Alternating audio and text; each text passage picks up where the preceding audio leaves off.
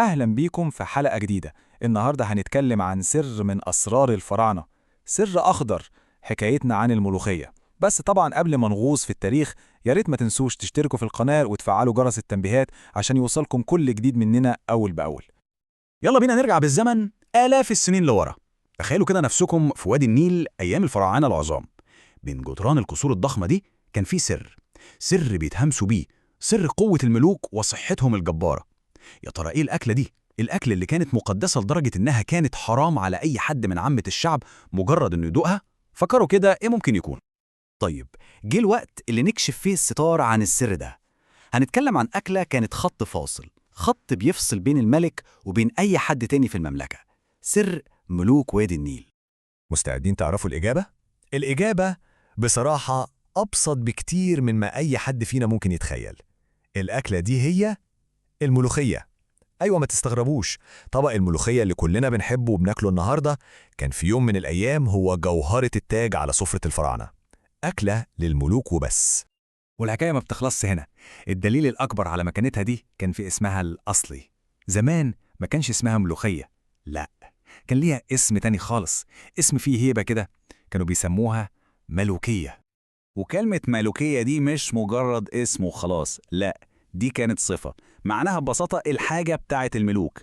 يعني الاسم نفسه كان إعلان رسمي بيقول إن الزرعة الخضرة دي اللي طالعة على الضفاف النيل هي أكل الملوك ومحدش تاني يقرب منها، كنز من كنوزهم. طيب، تمام، عرفنا إنها كانت للملوك، بس السؤال الأهم، ليه؟ اشمعنى الملوخية بالذات؟ إيه يعني اللي يخلي نبات بسيط زي ده يبقى بالقدسية دي كلها؟ إيه هي بقى قوة الفراعنة الخضرة دي اللي كانت مستخبية في ورق الملوخية؟ بصوا بقى، السر الحقيقي ما كانش في الطعم وبس، على قد ما كان في الفايدة والقوة اللي بتديها للجسم. الفراعنة زمان فهموا إن النبتة دي كنز، منجم طبيعي للفيتامينات والمعادن. كانت بتقوي مناعتهم جدا، زي الدرع كده اللي بيحميهم من الأمراض، وكمان بتديهم طاقة ونشاط. يعني متخيلين، ما كانتش مجرد أكلة، دي كانت أشبه بوصفة سحرية عشان الملوك يفضلوا بصحتهم وقوتهم، لدرجة إنها كانت بتستخدم كدواء أحيانا. كانت فعلا صيدلية القصر الملكي الطبيعية. والأجمل من كل ده إيه بقى؟ إن الوليمة الملكية دي إحنا لحد النهاردة بنقدر نعملها في بيوتنا. تعالوا بقى ندخل المطبخ ونشوف إيه هي مكونات الوصفة الفرعونية الأصيلة دي اللي قدرت تعيش آلاف السنين. المكونات اللي هنحتاجها بسيطة جدا، بس كل حاجة فيها ليها دور. هنجيب نص كيلو ملوخية خضراء متخرطة كويس، راس ونص توم مفروم، أيوة كمية حلوة كده، وشوية كزبرة ناشفة، وطبعا ملح وفلفل على حسب الذوق. أهم حاجة بقى مرقة فراخ تكون دسمة وغنية، ومعلقة سمنة بلدي دي أساسية، واللي بيحب الشطشطة قرن فلفل حامي مع نص قرن رومي هيدوا طعم تاني خالص. تحضير الملوخية يا جماعة مش مجرد خطوات طبخ، لأ، دي طقوس قديمة ورثناها عن أجدادنا. وكل الطقوس دي بتوصل لأهم وأعظم لحظة، لحظة أسطورية، لحظة الطشة، اللحظة اللي بتدي للملوخية روحها وتاريخها كله.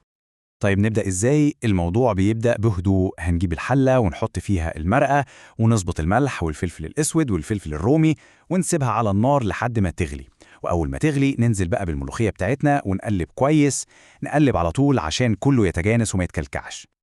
وفي نفس الوقت بالظبط الأكشن الحقيقي بيبدأ في طاسة تانية. هنحط السمنة البلدي، وأول ما تسيح ننزل بالثوم المفروم والفلفل الحامي. يا على الريحة اللي بتبدأ تطلع. لازم نفضل نقلب لحد ما الثوم ياخد اللون الذهبي الجميل ده، وأول ما يوصل للون ده نرمي عليه الكزبرة الناشفة ونديها تقليبة سريعة. هو ده قلب ملوخية، دي طشة وهي بتجهز. ودلوقتي جه وقت اللحظة الحاسمة، اللحظة اللي كلنا بنستناها، اللحظة اللي ريحتها بتملى البيت كله. يلا بينا، لحظة الطشة. ننزل بالطش على الملوخية، والصوت ده لوحده حكاية. كده خلاص الطبق الملكي بتاعنا جاهز. تتقدم طبعا وهي سخلة مولعة، والبخار اللي طالع منها ده كأنه بيحكي تاريخها. وليمة كانت حكرة على الملوك، والنهاردة بنستمتع بيها في بيوتنا. سبحان الله، القصة دي فعلا تخلي الواحد يفكر. يا ترى في كام أكلة تانية بناكلها كل يوم وليها أصل وتاريخ احنا منعرفوش؟ كام سر تاني مستخبي في وصفات جداتنا؟ الأكل اللي على سفرتنا ده طلع مش مجرد أكل وخلاص، ده تاريخ حي بنعيشه وبناكله كل يوم. يهمني جدا أعرف رأيكم في حكاية النهاردة. اكتبولي في التعليقات إيه أكتر حاجة عجبتكم، ولو في موضوعات معينة حابين نتكلم فيها المرة الجاية رشحوها في التعليقات وأنا هقراها كلها أكيد. وبكده تكون حكايتنا النهاردة خلصت. وما تنسوش طبعا لو عجبتكم الحلقة تشتركوا في القناة وتفعلوا الجرس عشان ما تفوتوش أي حلقة جديدة.